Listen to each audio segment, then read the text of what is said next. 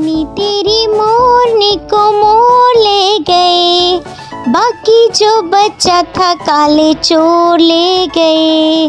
नानी तेरी मोरनी को मोर ले गए, बाकी जो बच्चा था काले चोर ले गए। खाके पी के मोटे होके चोर बैठे रेल में, चोरों वाला डब्बा कट के पहुंचा सीधा जेल में। नानी तेरी मोरनी को मोर ले गए, बाकी जो बचा था काले चोर ले गए।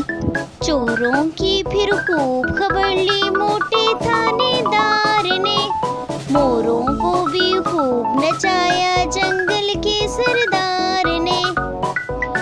चोरों की फिर खूब खबर ली मोटे थानेदार ने, मोरों को भी खूब नचाया जंगल के सरदार ने। अच्छी नानी प्यारी नानी रुस्सा रुस्सी छोड़ दे, जल्दी से एक पैसा दे दे तो कंजूसी छोड़ दे। प्यारी नानी अच्छी नानी रुस्सा रुस्सी छोड़ दे, जल्दी से एक पैसा दे दे तो कंजूसी छोड़ दे। नानी तेरी मोरनी को मोर ले गए, बाकी जो बचा था काले चोर ले गए।